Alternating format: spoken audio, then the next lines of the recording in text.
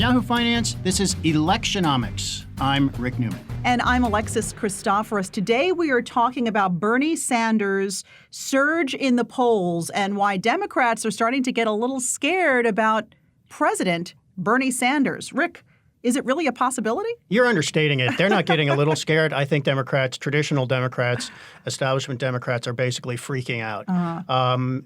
Well, Bernie supporters think, of course, it's possible.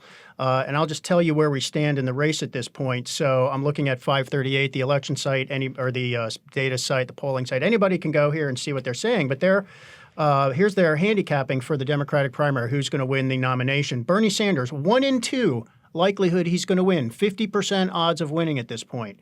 Joe Biden, who was the front runner for most of the time until voting actually started, down to only 1 in 5 chance of getting the nomination, 20%. They say there's a 25% chance nobody gets enough votes to win the nomination, which would lead to this nightmarish brokered convention scenario. Elizabeth Warren, she was strong in the fall all the way down. They're just giving her 1 in 25 odds. That's 4%. And 2 more I'll just tick off here. Pete Buttigieg, he's been doing well in the early voting, but they're also giving him just a 4% chance of getting the odds just because he's not so well known outside of the early voting states. Mike Bloomberg, who we've talked about a little bit, may talk about more. They're saying he has less than 1% chance of winning the nomination at this point. So Bernie Sanders is just going strong, and honestly, Democrats are freaking out. Now, why is that? Because there are some Democrats who actually think that Sanders against Trump is no contest, that Trump wins. That is the reason that Democrats are freaking out. Now, the data on this is conflicting. So let's ask the basic question. So, just to go back, not assume everybody knows this. So Bernie Sanders is the most left-leaning of the Democrats, further to the left than Elizabeth Warren. And let's just remind people some of the things he supports. Medicare for all, a single-payer government health care plan, completely eliminate private insurance, and move 160 or 170 million Americans out of private insurance into this government plan.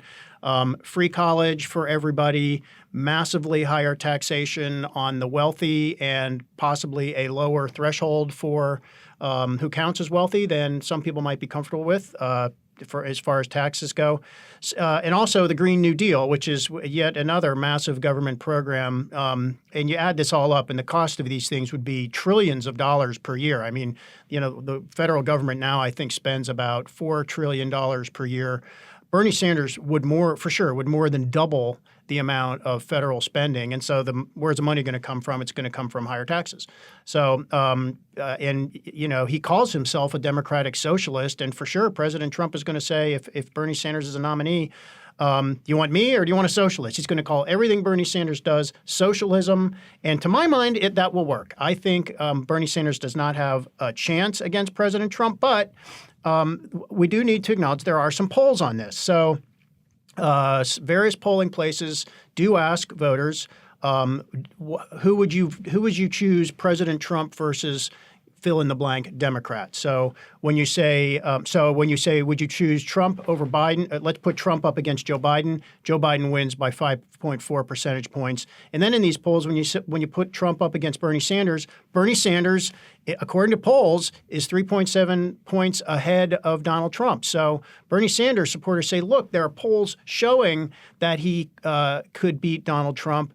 To my mind, a theoretical poll before he's even the nominee, and a lot of voters haven't really thought about it, just doesn't carry that much weight. And I think Bernie Sanders would have an extraordinarily difficult time beating Trump, perhaps impossible.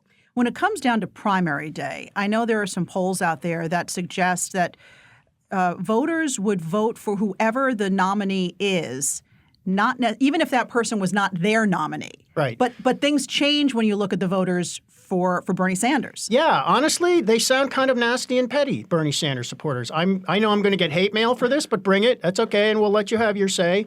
So there's a poll by Emerson College, and this is from January. Again, anybody can look this up, Emerson College poll. So they asked, first of all, which Democrat do you support? And then if the Democrat you support doesn't win the nomination, will you support whoever does win the nomination? So for Joe Biden, for example, 87% of his supporters say, yes, I will support whoever ends up being the nominee. Bernie Sanders, only 53% of his supporters say, yes, I will support the nominee. So it's like, if I don't win the game, I'm taking my ball and going home. And some of them are not actually traditional Democrats. So Bernie Sanders, of course, ran for president in 2016. He lost that nomination to Hillary Clinton, as we know. And nearly 10% of the people who supported Bernie Sanders in the primary election actually voted for Donald Trump. So there is some crossover between Trump, people who, at least back then, people who supported Trump and who supported Sanders. And if you think about it, it kind of makes sense because their message to both was blow the whole thing up. Right. They offered a truly different option. Trump wanted to use dynamite, and Bernie Sanders, wanted to use a missile. But they both basically said, we need to blow everything up in Washington and start over. But you wouldn't call Trump a socialist when he was running back in 2016. So it's interesting that Bernie Sanders, being so to the left, that his voters would actually jump ship and jump parties and go over to Trump. It is. But these are, I think, the sort of common ground is that these are people who just think the current system is totally broken and is not working for them. And they don't care if the system gets blown up. I think that is a theme among Trump supporters for sure. They feel the system's not working for them, and they don't care if all the traditional ways of doing things. Trump just tears them down one after the other because I don't think they're working. And some Bernie Sanders supporters feel that way. Again, these are polls. How would people actually? How will this actually play out in when you have real elections with real people? When if Bernie Sanders and Donald Trump have to debate each other and so forth. But this is just this is the nightmare scenario that is the reason Mike Bloomberg got into the race.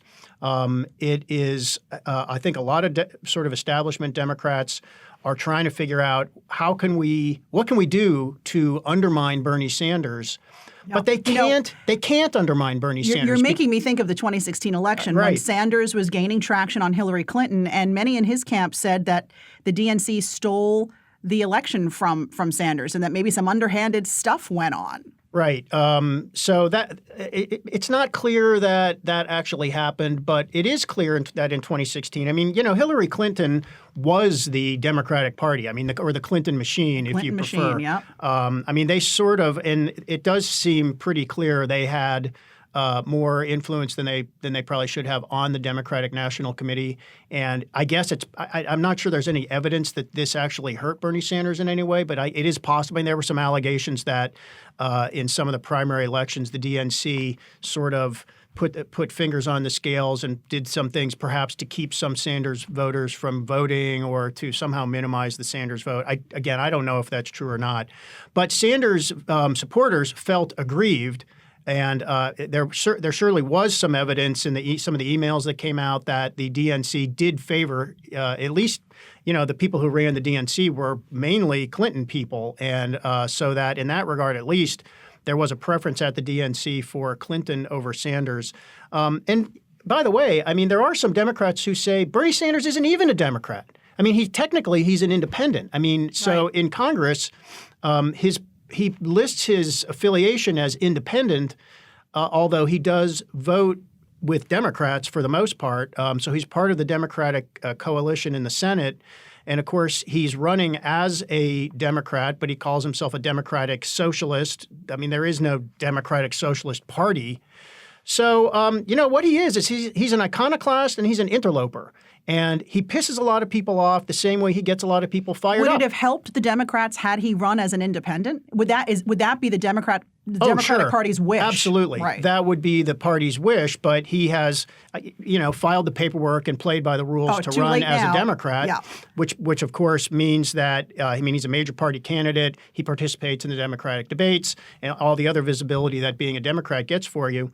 And he is a phenomenon that nobody knows what to do with. Well, I just want to close out this point. Sorry to interrupt, but so if the problem for Democrats is if there's any hint or any belief that the party kneecaps Bernie Sanders just to get him out of the way, I mean, the Bernie Sanders wing will revolt. And the Democrats need some of those votes. So we talked about the 10% or so of Bernie Sanders supporters who voted for Trump. Yeah. That's a lot of votes. It is. So, I mean, the election in 2016 swung on far fewer than 10. Can make or break 10%. The election, for but sure. 10% of, getting 10% of any coalition could be the margin of difference, Right. margin of victory or defeat in, the swing states that are going to be close and are going to decide the election. Anyway, Now I interrupted Pete you, sorry. Buttigieg, he is I guess of all those left standing, is he the most centrist to you? And has he peaked too soon here? Well, you're saying that Bernie has offed Biden and offed Warren. Oh, goodness. I'm not sure. I think Joe Biden is still. I mean, if this were a better doll, I might put him down on one knee. If the knees actually move, but I'm not gonna put Joe Biden fully on his back. And I think Elizabeth Warren is probably closer. Her campaign is probably closer to dead. Right. So Biden is, it's still the case that Biden does much, much better with black and minority voters.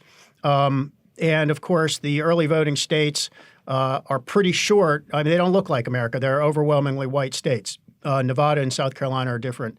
So Pete Buttigieg is doing well in the early states, but I think he remains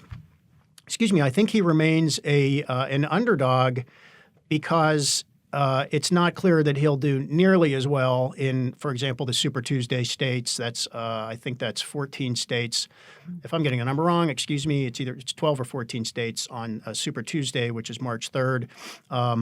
And by the way, that's when we're really going to know the direction of this race. But he has done great in the in the first couple of states. He essentially won Iowa. I mean, it was kind of a tie, but give him the nod. I think he won by a tenth of a point. The slimmest of although I don't margins. even understand how they count votes in Iowa. Nobody does. It's voodoo math. Well, it took them a week to get us the results. Could we just? Iowa needs to go away. Could we get Iowa out of the way? I think next this time year, you around, would have to think they have to change the way they do things there. At a minimum, change that. But you mentioned dated earlier caucus this system. is a nightmare scenario that Sanders is so far ahead. It's also a nightmare scenario for Wall Street for Democrats. because for Democrats, it's a dream come true for Trump. I mean, we know where Trump stands on this. He's been trying to smear Biden all along. He's actually still trying to smear Biden with, by planting rumors that the Justice Department might be doing an investigation. But, that's frankly disgusting. I mean, Trump is using the machinery of government to continue to smear Joe Biden. But he's kind of getting his way probably without any of that. So, I mean, Trump wants to run against Sanders. You can you can tell from his tweets, you can tell from the reporting inside the campaign. That is a dream matchup for Republicans. And would that be a dream matchup for investors? Because perhaps they would, because we've talked to a lot of market strategists and economists who say, a Sanders win would mean a big sell-off for the stock market. And could this actually, though, work in investors' way, because a Sanders-Trump ticket, well, not ticket, but if Sanders were to go against Trump, that he would be defeated. Yeah, there are a couple of ways of thinking about this which seem diametrically opposed to each other. So the straightforward way of thinking about it is Bernie Sanders proposes so much taxation and so much additional regulation that stocks will lose across the board, and then you have to start looking at the industries that would be most affected. Healthcare for sure. I mean, if the guy wants to eliminate private insurance, that's a whole industry that he wants to get rid of. Fracking, he wants to ban fracking. So very bad for energy industries. The new regulation that would come on the energy and auto industries under the Green New Deal is frightening. But on the other hand, you might say that Bernie Sanders is so outlandish, he'll never beat Trump, and that's good for markets because Trump is basically deregulate everything. He wants to do more tax cuts, more deficit spending. Great for the market today. Who knows about tomorrow? But so you have to decide if Bernie Sanders' surge here means there's a good chance he actually could become the president, or it means the odds are receding that a Democrat could take the White House. Now, I know you spoke with the governor of Rhode Island recently, who is a Democrat, and she had some choice words for Bernie Sanders. I asked her, this is Gina Raimondo, who's the Democratic governor of Rhode Island. I asked her, how concerned are you about a Bernie Sanders candidacy? And she said, I think about it every single day. And I asked her to elaborate, and she basically said, she previewed what the Trump campaign against Bernie Sanders would be. We can't, capitalism is not working for everybody. Let's acknowledge that. But Bernie Sanders, sort of socialized approach would be way worse than what we have now because it would just reduce growth. And let's talk about, I have had, by the way, I have written about Bernie Sanders, and I've generally been critical because I think his plans are basically fantastical. There's no chance that he could enact any of the things that he could get through Congress, any of the big plans he proposes. So, there's this argument. Even with a Democratic Congress, even with the Democratic Congress, right. There is zero chance. I mean, it's zero that within 10 years we will ever see Medicare for all. There's a centrist wing of the Democratic Party, and in the Senate, for example, you could actually say that the centrist wing predominates, and they're not even half of the Senate yet. So if how many left-leaning, what they so-called progressive. By the way, I don't like that word because if you're not progressive, what are you? Regressive? Right. I mean, how do you say? It begs the question. Anyway, but the more left-leaning legislators in the Senate, you could maybe get, I don't know, 25 votes for something like that. I don't think you could get close to 50. And by the way, I think if well, then if let me this ask you were- this: if he became president, would he just be a lame duck president? I don't know. Because I he mean, wouldn't that's- get anything through Congress. That's a great question. And I've had discussions bordering on arguments with people who either support Bernie Sanders or just kind of like his approach. I mean, by the way, he is authentic. I mean, he has. You have to give him that. You have to give him that. He has not twisted or contorted himself into some, new kind of candidate for the sake of running an election. And I don't know of any running scandal regarding Bernie Sanders. There was some issue with his wife, who was an educator in higher education. Some college she ran, I think, went out of business. But I don't know the details of that. There's really not. You're right. There's not much. Not the kind of dirt we even have on our current president. No, there's no dirt on anybody that matches what we have on our current president. Brick. I mean, Trump wins, 100 to 1 on that one. You're not gonna help anybody, So what would the sort of I don't know if I don't want to overuse the word irony here, but the sort of phenomenon of Bernie Sanders that he has never been in a position to pursue the things that he supports. I mean, he's never run anything. He's never been a mayor. Well, he was a mayor. I take that back. He was the mayor of Burlington, Vermont. But that was a long time ago. And honestly, I'll admit I don't know much about his record as mayor of Burlington. But for most of his political career, I mean, he's been a member of Congress, a representative, and then a senator in Congress. And he has, for a long time, favored, these leftist approaches to problems. And I'm not aware of any plan of his that's ever been implemented, a major plan where he's had to take account, be accountable for the consequences of a plan. So, and just to give you an idea why this really matters, a think tank, the Penn Wharton Budget Model, which is a good think tank that analyzes federal policy proposals and tries to figure out their total, not just their budgetary costs, but their effect on the economy, found that if Medicare for All went into effect, it would lower GDP growth by 15%. Wow. By the year 2050. Now, a lot of people can roll their eyes and say that's meaningless. It's a made-up number from 30 years into the future. Who cares? But why would you pursue anything that would lower GDP growth even by 1 point? Right. And, lower GDP growth means millions fewer jobs. It means tons of families earning less than they would otherwise. It means fewer people getting ahead.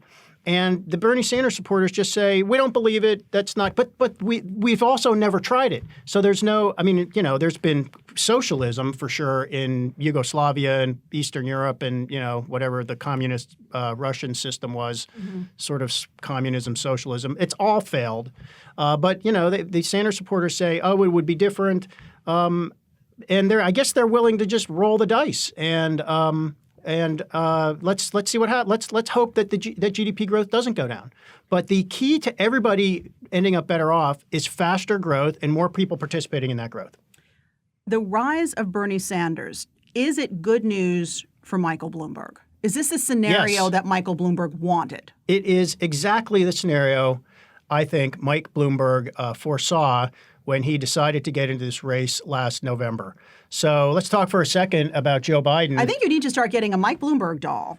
And Somebody we're needs behind to on the make. Am I Buttigieg going to have doll. to get in the business of manufacturing I political think you need dolls? a I mean, mold. where people, if you have a Mike Bloomberg doll, I also want a Mayor Pete doll. Yeah. So if you There- have it there's a out there and you're crappy- watching this, please do let us know. Send us one. And So we'll, there's a we'll crappy feature Mayor them. Pete, like a stuffed doll, which doesn't look anything like him. It's like this big circular face. I mean, he's like a skinny guy, and they made the doll. I'm not even going to spend $5 on it. Okay, look, Joe Biden still looking natty. I mean, he's like he's your pal. Joe Biden is not quite dead, but he is just exciting nobody, and. Because we've seen his story he's just before, not haven't we? I mean, catching talk on. about you say that Sanders hasn't been in a position to really get something done to implement his plans.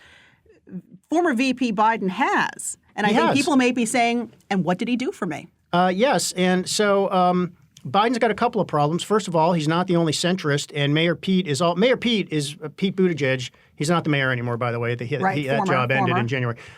His policies are actually very similar to Biden's. I mean, you can cite differences here and there, but he's young and fresh and very energetic. I mean, it's like the guy's not sleeping. I mean, he did, one day he did all 5 network shows on Sunday morning in D.C. The full Ginsburg is what they call it, going back to, I think that goes back to Monica Lewinsky's lawyer in late 90s. He did all 5. So far only 2 known people, as far as I know, have done all 5 news shows in D.C. on Sunday morning. Then he goes back up to New Hampshire. He's everywhere. Biden, not so vigorous. But you know what? Is the country ready for a gay president? I mean, I know we had our first black president, Country, Obama. Tell us, are you ready for a gay president? I guess they're telling us when they go to the polls. I mean, and in Iowa, which I mean, a little surprising perhaps that Pete Buttigieg could actually come out on top in Iowa. Let's look at the Iowa results just for a second, because they are, now that we finally have them, I think they literally walked every vote down to Des Moines, is why it took a week. People trekking all across Iowa, to get those votes down to Des Moines. High technology at work there. I'm never going to stop ripping on Iowa. That was just massive incompetence. So Pete Buttigieg got about 26% of the vote. So 26% of Democrats in Iowa are ready for a gay president. That's not 26% of all voters. Right, and we've talked about this in a prior podcast, that Iowa does not necessarily reflect. Not at all. It doesn't actually reflect the US, United States at all. Right. But if you look at, this is actually interesting. So if you look at the top 5 candidates in Iowa, the 2 leftists, which is Bernie Sanders and Elizabeth Warren. So Bernie got 26%, Elizabeth Warren got 18%. So that's about 44% combined. That's not half. Right. And the centrists, which are Pete Buttigieg, let's call them more moderate. Some people don't like centrist. They're not that centrist. So Pete Buttigieg, Joe Biden, and Amy Klobuchar combined got well over 50%.